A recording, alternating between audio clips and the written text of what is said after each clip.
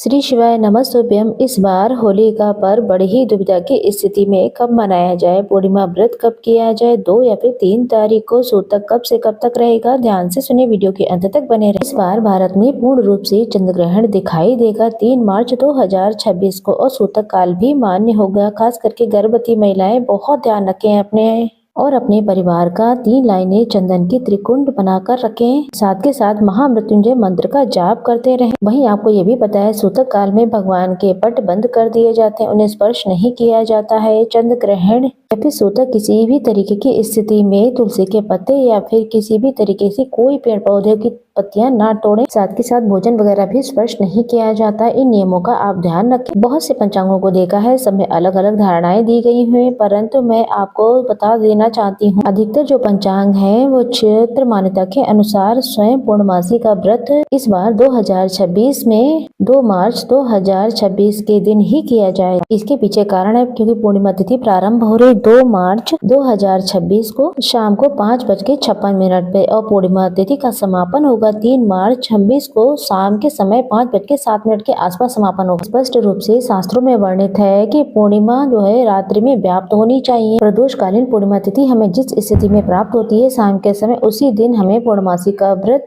करना चाहिए। ऐसी स्थिति में पूर्णिमा तिथि 2 तारीख को शाम के समय से शुरू हो रही है। यहाँ पर उदयकालीन तिथि को मान्य नहीं किया जा रहा है। प्रदोषकालीन तिथि में रात्रि में पूर्णमासी तिथि व्याप्त होनी चाहिए, उसी आधार पर पूर्णिमा व्रत सफल माना जाता है। 3 तारीख की पूर्णमासी में शाम को 5:07 पर प्रदोष काल में है ही नहीं तो पूरे दिन सूतक भी रहेगा और सूतक में व्रत करना ठीक नहीं माना जाता। वैसे तो मैं यही कहना चाहूंगी, 3 तारीख को या फिर मैं कब व्रत करूंगी तो मैं पूर्णमासी का व्रत शुद्ध अवस्था में 2 तारीख को ही करूंगी। वही 2 तारीख को ही अधिकतर गुरुजन जो है और पंचांग में भी यही लिखा हुआ है। इसके पीछे यही कारण है कि प्रदोषकालीन वेला में पूर्णमासी तिथि पूर्ण रूप से व्याप्त है। वही चंद्र पूजन के समय मुझे पूर्णमासी तिथि व्याप्त हो रही है, मिल भी रही है। सूतक में व्रत करना ठीक नहीं है, इस कारण 2 मार्च 2026 को ही पूर्णमासी व्रत करना श्रेष्ठ रहेगा। आपकी मर्जी है, आपकी घरों की आसपास की मान्यता है। 3 मार्च 2026 को ग्रहण लगेगा। ग्रहण में सूतक का जो समय लगेगा सुबह 6:30 से शुरू होगा और चंद्र ग्रहण समापन होगा सूतक रूप में पूर्ण रूप से शाम को 6:46 के आसपास। इतना लंबा समय है, सुबह 6:20 से शाम को 6:46 तक। अगर गर्भवती महिलाएं या फिर कोई वृद्ध जन है या फिर कोई और है जो पूर्ण रूप से इतना लंबा समय खाना पानी के बिना नहीं रह सकता है, किसी चीज को स्पर्श के बिना नहीं रह सकता है, हालांकि रहना चाहिए, कोशिश करनी चाहिए, परंतु अगर नहीं रह पाते हैं तो चंद्र ग्रहण जब से शुरू होगा, चंद्र ग्रहण शुरू होगा 3:20 से शाम को 6:46 के आसपास। और ये ग्रहण कहाँ दिखाई देगा? ये अपराधिक ग्रहण दिखाई देगा 3 मार्च को भारत में पूर्ण रूप से। एशिया, ऑस्ट्रेलिया, प्रशांत महासागर इन क्षेत्रों में पूर्ण चंद्र ग्रहण दिखाई देगा। गर्भवती महिलाएं अपने आसपास भगवान जी से संबंधी मंत्रों का जाप करें, हनुमान चालीसा,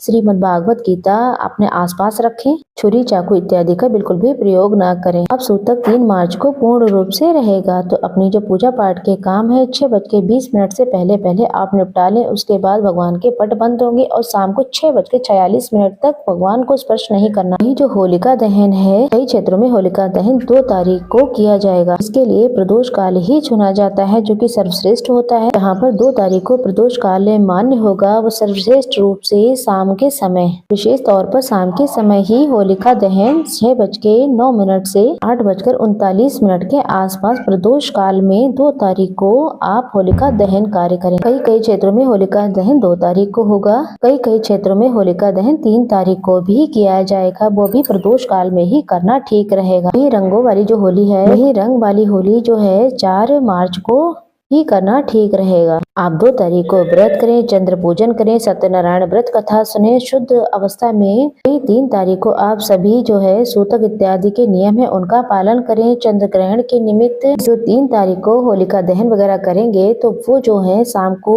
6 बजे के बाद स्नान आदि से निवृत्त होकर होलिका पूजन करेंगे। और चंद्र देवता के निमित्त अगर 3 तारीख को व्रत करते हैं 6:20 पे स्नान आदि से निवृत्त होकर घर का पूर्ण रूप से शुद्धिकरण करें, भगवान जी को शुद्ध करके आप फिर चंद्र देवता को जल चढ़ाएं और होलिका पूजन करने के लिए जाएं।